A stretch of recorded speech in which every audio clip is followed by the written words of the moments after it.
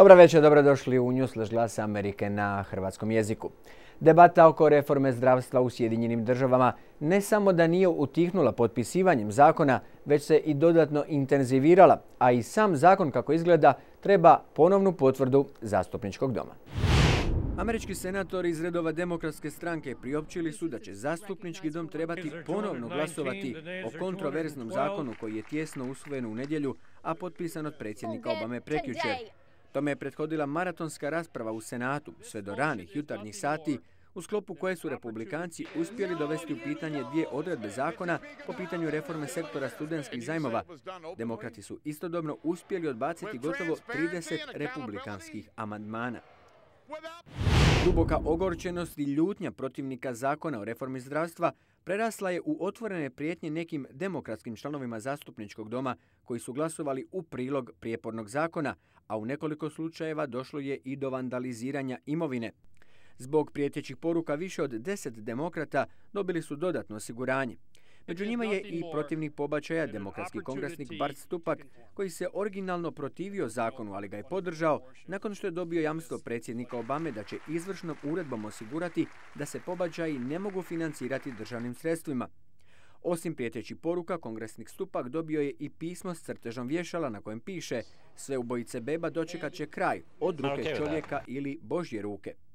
Ulazna vrata kongresnice Louise Slaughter razbijena su ciglom te je dobila prijeteću poruku u kojoj se spominju snajperi. Demokrati, poput njihovog čelnika u Senatu Stenija Hoyera, vjeruju da dio odgovornosti leži na republikancima i njihovoj neprimjerenoj retorici.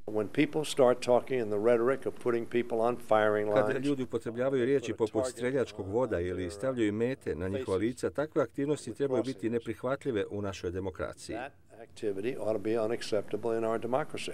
Primjerice, bivša dopredsjednička kandidatkinja republikanaca Sarah Palin na svojoj Twitter stranici postavila je mapu Sjedinjenih država sa 17 meta na okruge 17 demokratskih kongresnika koji su glasovali za reformu zdravstva. Čelnik republikanaca u zastupničkom domu John Boehner osudio je nasilje. Nasilje i prijetnje su neprihvatljivi. To nije američki način. Znam da postoji ljutnja, ali moramo iskrenuti ka motiviranju ljudi da izađu na izbore, da volontiraju. Učinimo to na ispravan način. Demokrati koriste najnovije napade kako bi motivirali svoju izbornu bazu za kongresne izbore u studenome. Izraelski premijer Benjamin Netanyahu stigao je u Tel Aviv nakon 2 dana razgovora s američkim čelnicima u Washingtonu kojima nije riješen prijepor sa Sjedinjenim državama oko izraelske gradnje u istočnom Jeruzalemu. Očekuje se da će izraelski premijer održati sastanak kabineta danas i izvijestiti o sastancima s američkim dužnosnicima. Prije odlaska iz Washingtona premijer Netanyahu sastao se s Georgeom Mitchellom, posebnim američkim izaslanikom za mirovni proces u posljednjem pokušaju rješavanja američko-izraelskog prijepora. Podsjetimo, Sjedinjene države protive se daljnjoj gradnji izraelskih naselja na okupiranim područjima. Nakon 8 mjeseci neočekivano teških pregovora, američki i ruski dužnosnici postigli su sporazum o smanjenju nuklearnih arsenala.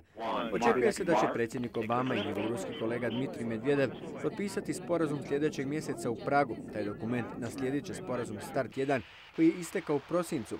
Dvije zemlje od ranije su se dogovorile da će smanjiti broj nuklearnih bojevih glava s maksimalnih 2200 na između 1500 i 1675.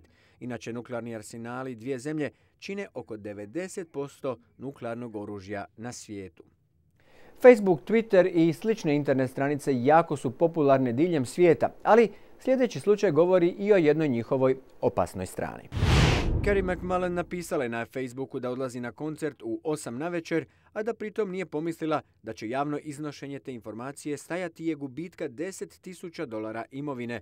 Ovo su snimke provalnika kojima je trebalo svega 13 minuta da odnesu sve vrijedno što su mogli ponijeti iz njenog stana.